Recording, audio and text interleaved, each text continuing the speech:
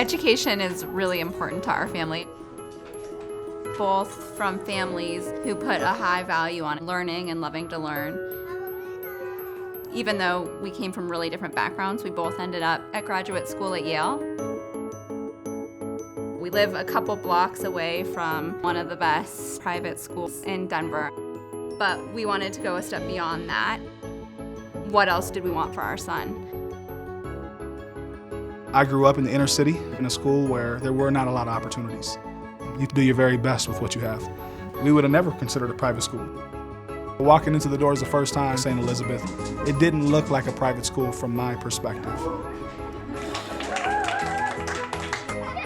At some level, somebody said everybody should have access to this type of education. The poorest of the poor, the richest of the rich, there should be an opportunity for you to excel. We had this huge ripple effect that goes out and out and out. You know, we are connected. If you look at your breakfast in the morning, where did your eggs come from? The roads that we take, these have been made by people. You know, all of these hands that had a part in taking care of us. My name's Ramsey Stabler. I was one of the happy handful that started the school back in 2005. We've become very segregated in Denver. That's not where we should be going. The way the world is looking, there is a lot more inequality, and what that's doing is creating friction points across the world and in our own communities. For our kids, that is going to be a very big issue of their time. And if you're fortunate enough to be on the side that has resources, you know, what's your role going to be in looking at those around you and what you do about it? My father literally grew up in a mud hut in northern Ghana. Because they were poor, they couldn't afford education for everybody. Father says that his sisters were actually the smarter ones in the family. It's just that he had the chance to go to school. In our family, you know, we see that it's not just about people's backgrounds, it's about the opportunities that they're able to have. There are 8 of us living at my house. My mom, my dad, my cousin, 2 sisters, and my 2 little brothers. My mom and dad, even though they struggle a lot working, because I've seen that, they still want us to get our homework done first or make sure our grades are the best first and then help out the house. My dad, he's from Mexico. He had to stop school at 6th grade and he had to work to maintain his family. Real acts, yes. My dad taught me to work hard. And he says that if I work hard and if I get good grades, eventually I'm going to be able to rest knowing that I worked for everything I have when I'm an adult. 1, 2, 3, go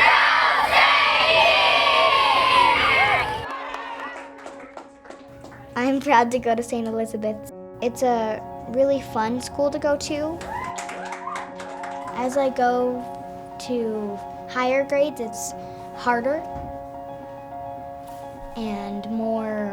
My parents are just like, I didn't learn that until high school. Brooklyn, our oldest, actually started a public school. We had teachers that were coming up to us saying, Brooklyn is a little bit more advanced than some of the other kids in the classroom. And she would say, I don't want to go to school, it's boring. I didn't want to start her school years off like that. Us to have this opportunity to come here and have her being challenged is key. So we normally wouldn't be able to afford a school like St. Elizabeth's. We pay tuition, but it's affordable for us. To what's happening in the world. Walt McCoy, our founding head, came up with this unique model of our 3/3. 1/3 low-income families, 1/3 middle-income families on a sliding scale, and 1/3 of our families pay full or close to full tuition. Every family who comes here pays some tuition, and they pay their fair share in alignment with the income that they have in their family. It adds to the richness. It also adds to our challenge. We have to raise 65% of our operating funds from the outside world. because we have this tuition model. So many times over the past decade, we came pretty close to the precipice thinking, how do we keep this going? I really do want you to be doctors, public defenders, artists. I want you to be teachers. I want you to be the best construction person on the planet if you choose to be. But I really count on you to go out there and make changes, confront the status quo when it's needed. People are just being educated differently today, and they're being exposed at a different level than I think ever before. Those are the opportunities if we're intentional about wanting to move forward. When we were growing up, I feel like we were limited as far as our dreams. Like if we jumped too much out of the box, reality would bring us back down to that's just too far. I see my girls with no limitations, no holding back with what they vision themselves to be. It is amazing how much learning is going on, how much friendship is being shared. It is the mission that brings us the great families, the great kids, and the great teachers that come together and make this community unusual and special. That's our job.